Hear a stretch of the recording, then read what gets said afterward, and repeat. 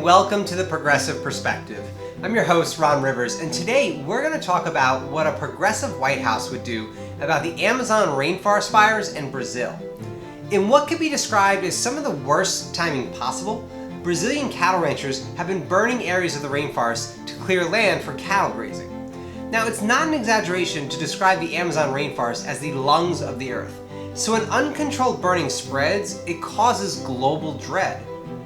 The Trump White House has proven to be completely ineffective in drafting a proper response, but that doesn't mean there aren't better ideas out there. Today, we'll explore how a progressive White House might handle the crisis at hand. Thank you for listening to The Progressive Perspective. The world is burning, and to the surprise of no one, President Trump is failing us. Actually, he's not failing us, he's actively making it worse. Times seem grim, but they provide plenty of opportunities for us to do better. Imagining and exploring how a progressive White House would handle the Amazon crisis can better equip our movement for the challenges ahead. At the time of this writing, over 74,000 fires have destroyed about 7,200 square miles of forest in the Brazilian portion of the Amazon in 2019, as per Brazil's National Institute of Space Research. By all accounts, this is a total disaster, brought upon by Brazil's President Bolsonaro's approval to overlook illegal logging and fire clearing of the forest. And what is the primary reason for burning the lungs of our planet at a time of global climate crisis? Economics. The land is being cleared for cattle grazing and raising. The world eats a lot of meat, and Brazil is the largest global exporter of beef, accounting for 20% globally. The United States Department of Agriculture research shows us that the United States imported 140.9 million pounds of beef from Brazil in 2018. Comparing January 2018 to 19, we see a 39% increase in our Brazilian beef purchasing. As per the Organization for Economic Cooperation and Development, the OECD, Brazil's beef expansion shows no sign of slowing either. While the US shoulders some of the blame, the majority of Brazilian beef demand comes from China and Hong Kong. In 2018, they purchased about 44% of all beef exports coming from Brazil. As with any economic issue, it always boils down to people. Poor cattle ranchers are responsible for the burning because it's easier and cheaper to get permits for slash and burn farming for grazing than it is to maintain the land sustainably. For them, it's a means to an end, and that end being basic survival. We must also recognize the native Amazonians as critical stakeholders. Their victimization goes beyond the average Earth citizen, as they are having their homes and livelihoods destroyed as well. A progressive White House recognizes that there are four key stakeholders involved in this destruction: the ranchers, the Amazonians, the Brazilian people in government, and the rest of the world. It's essential that we avoid demonizing any one party, especially the ranchers, and instead consider everyone's stakeholders in the solution process. The first and most obvious answer is that the US could ban Brazilian beef exports from entering the United States. It's combating economics with economics and would be the most likely course of action for any standard administration. Finland has already suggested this idea to the European Union, calling for a unified action and a unified ban on Brazilian beef exports. By stopping all Brazilian beef imports into the United States, we make a clear stand that we will not tolerate the expansion of profit-seeking at the cost of global health and security. By combining our actions with the EU, the economic impact would likely be significant enough to force Brazilian President Bolsonaro to curb his aggressive deregulation approach. A progressive White House would approach the financial strategy by tying in Asian countries as key stakeholders as well. Without the support of China and Hong Kong, an economic approach may not be enough to create genuine transformation in our approach to preserving the Amazon. The economic plan is less progressive than it is a standard capitalism at work. Nations have a problem with other nations, and we approach it from a competitive economic standpoint. It focuses on coercion rather than cooperation and does nothing to address the root issues underlying the cause of this problem. Let's consider a more progressive approach focusing on the ranchers as stakeholders in this process. A study from the Sustainable Amazon Network determined that the average cattle farmer in Brazil makes about $8,500 per year.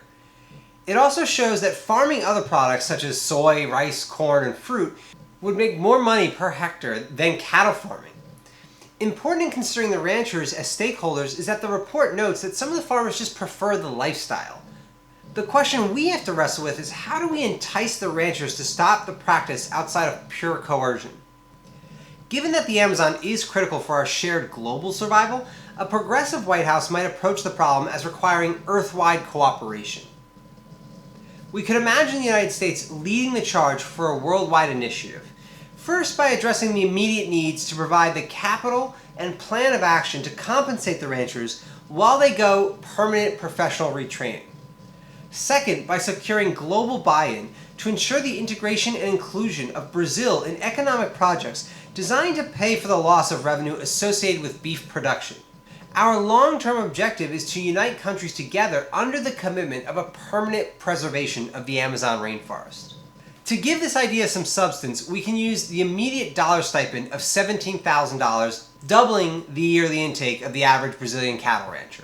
We can do some quick math to determine what the United States might be able to do without the help of international aid to initially address the primary concern of stopping the burning and deforestation. In 2019, our national defense budget was $716 billion.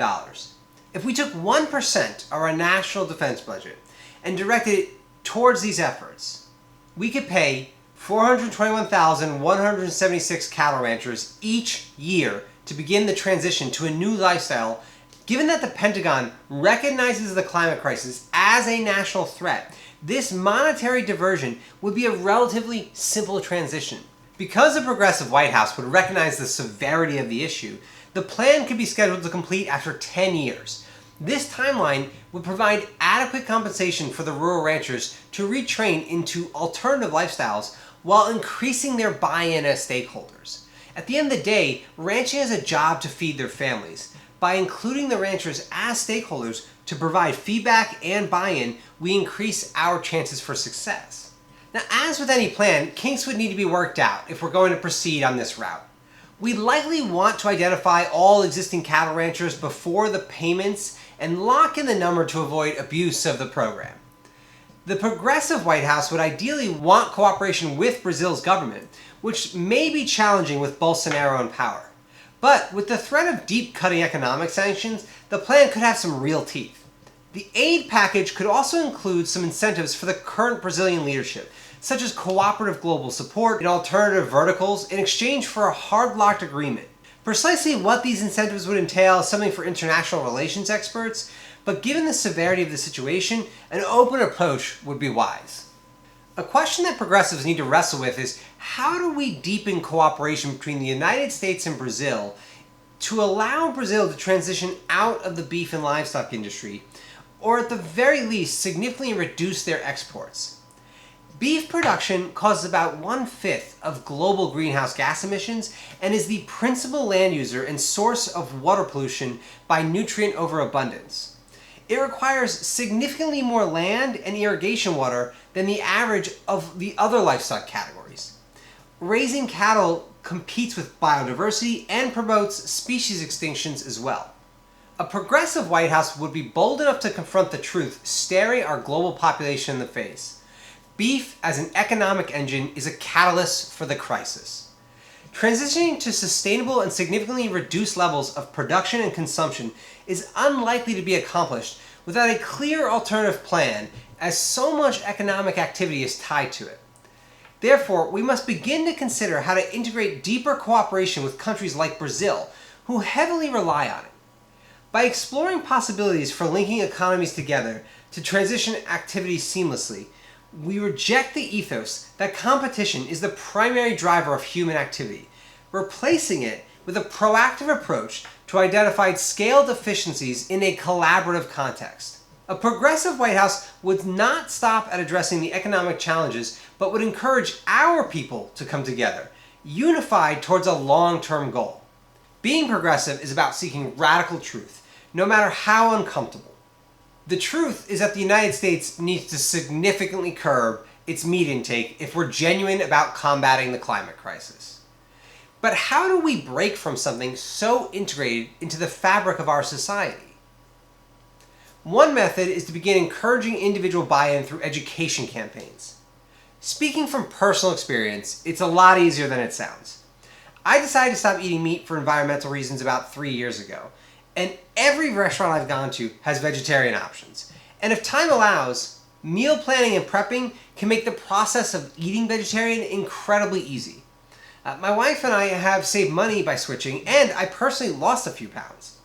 Now, I'm not arguing that every person will have the ability or the means to do what we did, but those of us that do bear a level of responsibility to change our dietary habits. It's difficult to openly say that climate change is an existential crisis while not recognizing the need for personal sacrifices beyond our comfort zones. Another policy example a progressive White House could push forward is a mandate requiring all public schools in the United States to switch to vegetarian lunches. Taking account for legitimate medical exceptions, we could eliminate a meaningful amount of consumption while simultaneously preparing our youth for a permanent switch. This single example could help address two problems in the United States: beef consumption and childhood obesity. A progressive White House would be the most qualified administration to handle a problem of the magnitude we face today. Our present leaders offer us no hope of real progress, and traditional corporate Democrats or Republicans would likely use the strong-arm tactics of economics as the only recourse, discounting the power of including all stakeholders. The Amazon requires us to think globally about the future and recognize the deep connectivity of our species. Now more than ever, it's a time to think beyond the nation state and come together as a global community to solve problems. It's a position that the United States is uniquely qualified for, one that can only be manifest under a progressive White House. Hey everyone, thank you again for tuning into The Progressive Perspective. If you appreciate what we're doing and like the topics we're exploring, please take a moment to subscribe to our channel below. Have anything to add to this discussion? Comment below and let people know. Finally, be sure to follow us on our social media channels listed below. The progressive movement is growing, and the Progressive Perspective is here to help us think through these deep issues about how we transcend our current circumstances. Thanks again for tuning in to The Progressive Perspective.